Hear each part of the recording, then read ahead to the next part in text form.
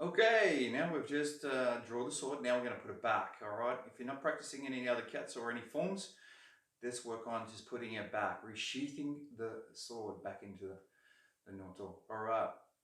So from here, I'll make sure my hand comes back to the center position.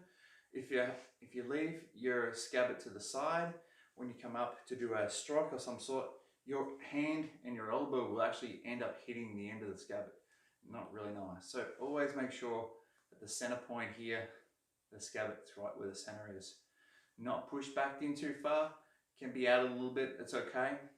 But as long as it's out of the way of your elbows for striking, okay? So make sure that's tucked back in. If I'm just doing a drill, just drawing and resheathing from here, I'm just going to bring up. So this is just a formality that I always work on. So as I bring my hand up to the center position here to grab the end of the scabbard. All right, from here, my hand's in position. I normally bring my hand up. Now I'm going to work on the middle finger. I'm going to wrap my hand around. So my middle finger wraps around the end of the tsuba. All right. My other two fingers just come together like such, creating a hole. And I can move this around a little bit, but that's how I end up from here. Again, my hand comes here, comes up, wrap my middle finger wrapped around, and the thumb and pointing finger together. Once I get that position, normally I would turn and be on the side, ready to go for the next step. All right, so from here, hand comes up, grab, middle finger wraps around, and my pointing finger and thumb are together. So looking from a different angle, so you can see, I'm nearly swallowing up the whole end of the tsuba. What happens from here is my blade comes back and I'm just going to turn. My little finger still nice and tight against my body. As I bring the blade back, I'm going to rest it on the front knuckle here, that knuckle right there. Once I got that position here, I'll come a bit closer so you can see. I'm going to work both hands together. So from this position here, my left hand's going to draw back with my little finger against the body. The right hand, I'll show shortly in regards to what the right hand will be doing. But at the moment, we'll concentrate on the back hand, which is really important. If I do not do this together and I use my right hand, the back of the blade will fall off. So both must work together. Now, as you can see behind here, the scabbard is parallel with the floor and in line. So my back of the blade and my tsuba should be nearly in line together because that's what we want to do, to line them up. So that way we don't go in and stab the tsuba as we go in. If it's a live sword, that's what you'll have trouble with, and it'll dig in and cause problems. All right. So from here, I'm going to draw back my left hand, so concentrating on the left hand. And as my other hand comes around, you notice, and then from here, I punch my hand in. And now the tsuba and the sword are in line. I drag my left hand up as my right hand comes over. I'd slowly turn over. Once my hand reaches the center position, now I can come in and finish off. Because my hand at the moment is actually over the top of the blade shortly, a little bit.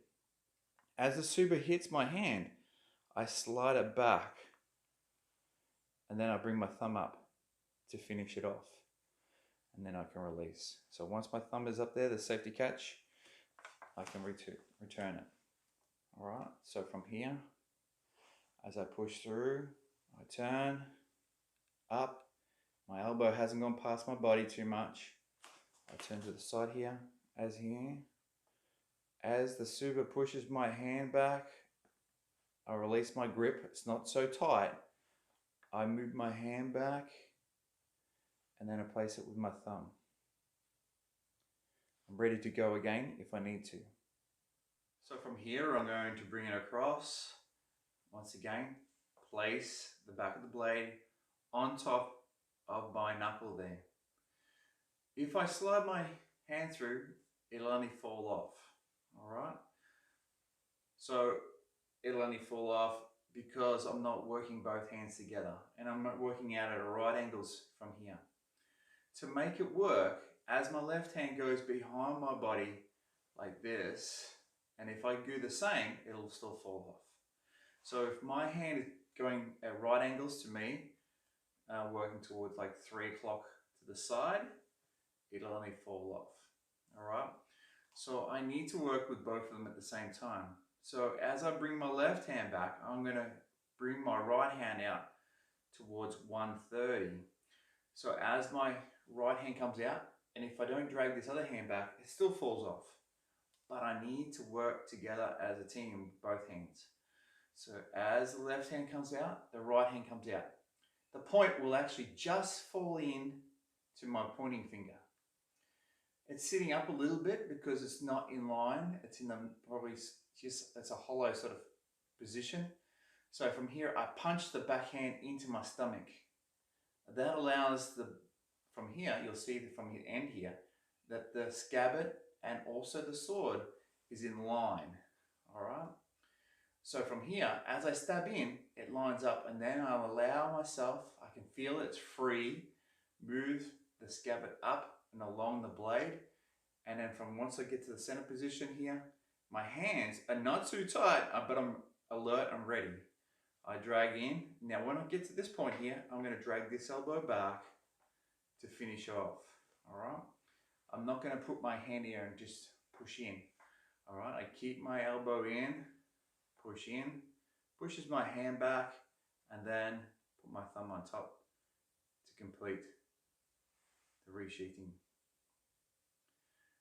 All right, so my hand comes up, ready to draw again, and then I'll withdraw the sword out. Hopefully you enjoyed that session today on resheathing.